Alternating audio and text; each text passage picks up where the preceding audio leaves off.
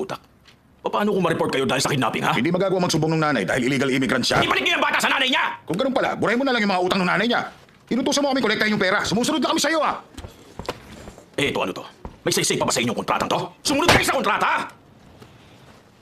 Kayo, ha? Wala kayong sisweldohin sa loob ng 2 buwan. Hindi, 3 buwan!